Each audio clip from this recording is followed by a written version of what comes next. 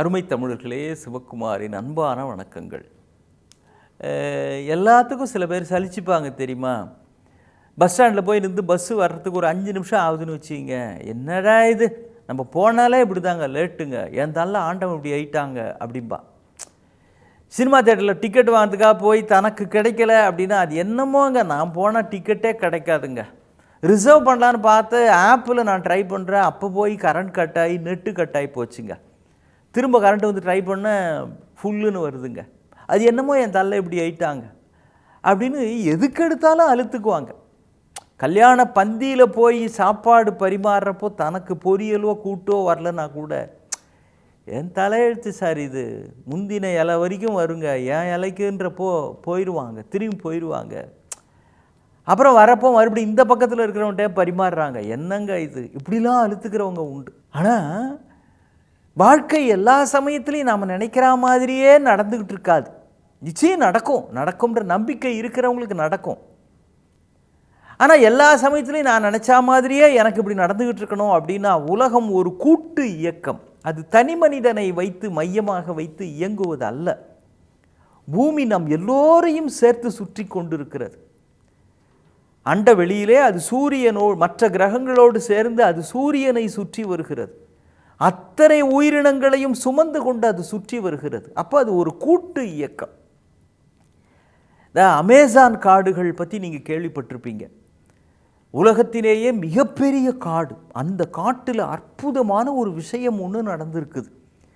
அது எவ்வளோ பெரிய காடு அப்படின்றதுக்கு சொல்ல வரனே, அதை 9 நாடுகளினுடைய எல்லையை சுற்றி அது இருக்கிறது. அப்படி பிரம்மாண்டமானது. புரியணுன்றதுக்காக சொல்ல வரேன். நீங்கள் இந்தியாவினுடைய அளவு உங்களுக்கு தெரியும் இல்லைங்களா? அல்லது மேப்பில் எல்லாம் பார்த்துருப்பீங்க இல்லையா? 2 இந்தியா எவ்வளவு பெரிதோ அவ்வளவு பெரிது அந்த காடு மட்டுமே. நம்ம ஒரு நாடு 2 நாட்டுக்கு சமம் ஒரு காடு. உலகத்தினுடைய ஆக்சிஜன் தேவையில் 20% ஆக்சிஜனை அமேசான் காடு தான் நமக்கு கொடுக்குது. அப்போனா பார்த்துங்க, காடு எப்படி ஆக்சிஜன் கொடுக்குதுன்னு தயவு செஞ்சு கேட்காதீங்க. நீங்கள்லாம் சன்லைஃப் நேயர்கள், விஷயம் தெரிந்தவர்கள், படித்தவர்கள், புத்திசாலிகள். மரங்கள் தான் நமக்கு தேவையான ஆக்சிஜனை தருகின்றன. நாம் சுவாசித்து வெளிவிடுகிற கார்பன் டை ஆக்சைடை மரங்கள் சுவாசிக்கின்றன. அது உங்களுக்கு தெரியும். அப்போ உலகத்துக்கு தேவையான ஆக்சிஜனில் 20% அமேசான் காட்டு மரங்கள் தான் தருது. அவ்வளோ ஏங்க, அந்த காடில் பகல்லையே பல இடங்கள் இருட்டாக இருக்கும். அவ்வளவு அடர்ந்த காடு. அங்கே இல்லாத மிருகங்களே கிடையாது உலகத்தில் அப்படின்னே சொல்லலாம். காட்டில் என்னென்னவோ இருக்கும்ல, பல்வேறு வகையான மிருகங்கள், பூச்சிகள், செடி கொடிகள், விஷ ஜந்துக்கள், மூலிகைகள். அப்போ அவ்வளவு அரிய வகையான சகல விஷயங்களும் அங்கே இருக்கின்றன.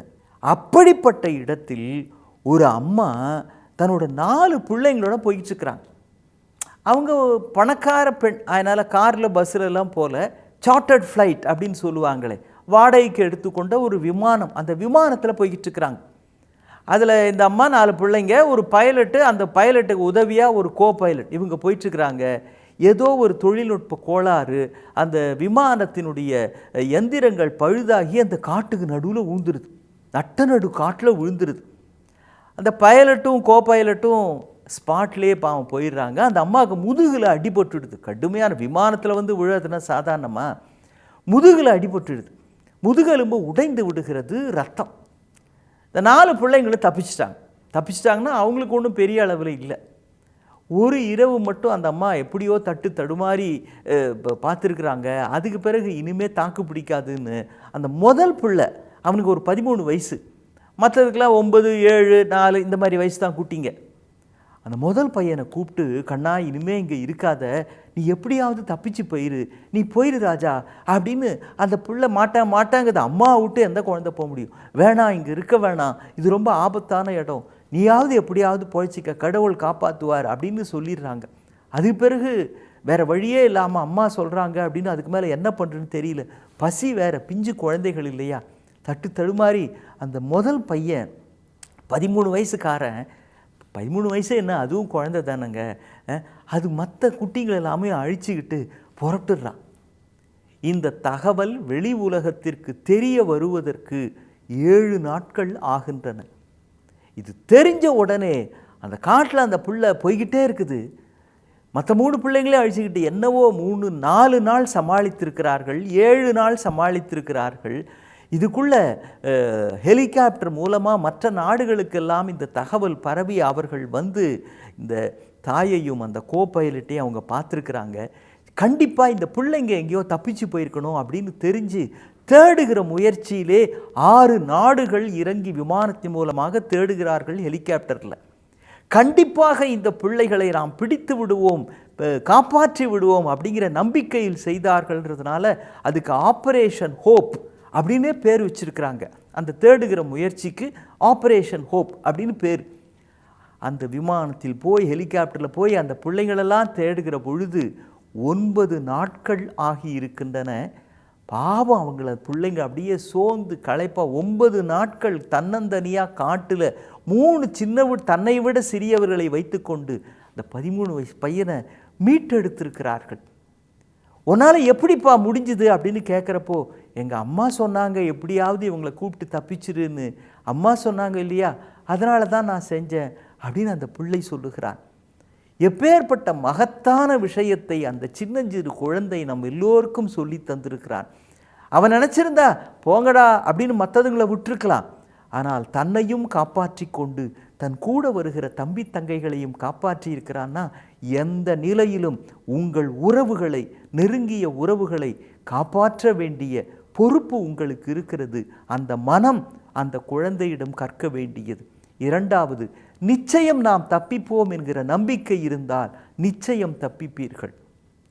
உங்களை சேர்ந்தவர்களை காப்பாற்றுவதும் நிச்சயம் நம்மால் முடியும் என்கிற நம்பிக்கையும் தான் வாழ்வில் வெற்றி வானத்தை தொடுவதற்கு தேவையான 2 செயல்கள், 2 சிறகுகள். வள்ளுவன் சொல்லுகிறான், குடிசெய்வல் என்னும் ஒருவர்க்கு தெய்வம் மடிதற்று தான் முந்துரும். நான் 4 பேருக்கு நல்லது செய்வேன், காப்பாற்றுவேன்னு ஒருத்த முடிவு பண்ணிட்டான்னா கடவுளே அப்படி வேஷ்டியை மடித்து கட்டிட்டு இறங்கி வந்து அவர்களுக்கு துணை இருக்கிறான் அப்படின்னு. மடிதற்று தான் முந்துரும்ன்றதை புரியறதுக்காக அப்படி சொல்ல வர, அடுத்த வினாடி ஆண்டவனே அருகில் வந்து நிற்கிறான்ற நம்பிக்கையை வள்ளுவன் தருகிறான். நம்மை சுற்றி இருக்கிறவர்களை காப்பதும் நம்மால் முடியும் என்கிற நம்பிக்கையும் தான் எந்த நிலையிலும் நமக்கு துணை இருக்கும். நிச்சயம் அது உங்களுக்கும் உங்கள் பிள்ளைகளுக்கும் இருக்கும்படி பார்த்து கொள்ளுங்கள். பிறகு எந்த குறையும் இல்லை. நிச்சயம் வெற்றியும் மகிழ்ச்சியும் உங்களுக்குத்தான். மீண்டும் சந்திப்போம். வணக்கம்.